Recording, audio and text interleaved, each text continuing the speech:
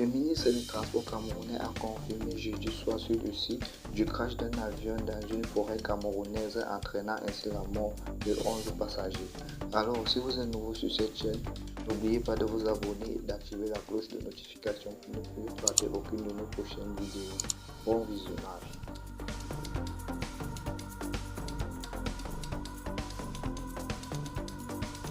Jeudi, la radio d'État camerounaise avait assuré que les 9 passagers et 2 membres de l'équipage de l'appareil hélice de Cameroun Transportation Oil Company, exploitant une pélipélie de pétrole, avaient péri dans un accident. Les 11 occupants sont décédés, identifiés et tous récupérés, a déclaré le ministre des Transports et les journalistes qui l'accompagnaient. Par groupe de 2, des gendarmes couverts de sueur sortaient de la forêt très dense avec les restes des victimes enveloppés dans des draps blancs. Après plusieurs heures de recherche, les dépouilles de tous les occupants ont pu être rassemblées dans le village.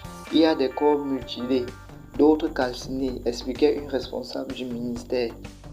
5 km de marche plus loin dans l'épaisse forêt, signe de violence de l'impact au sol, une partie de l'appareil a trouvé l'épaisse végétation, abattant au passage des arbres pourtant importants.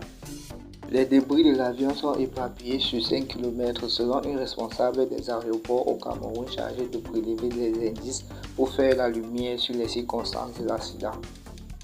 Les 2 boîtes noires ont été récupérées et permettront d'élucider les circonstances. Un vent violent qui soufflait avant le crash et des mauvaises conditions météorologiques auraient été la cause de l'accident. L'avion qui s'est écrasé était un DHC 6400 du fabricant canadien Vinci Air et appartenant à la compagnie Cavedon.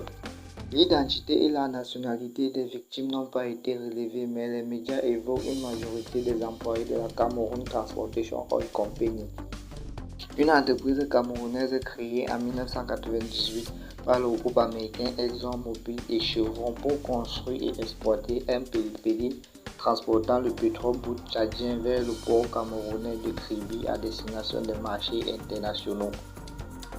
Si vous avez aimé la vidéo, n'oubliez pas de mettre un like et de nous faire un signe en commentaire. Merci et à bientôt pour une nouvelle vidéo.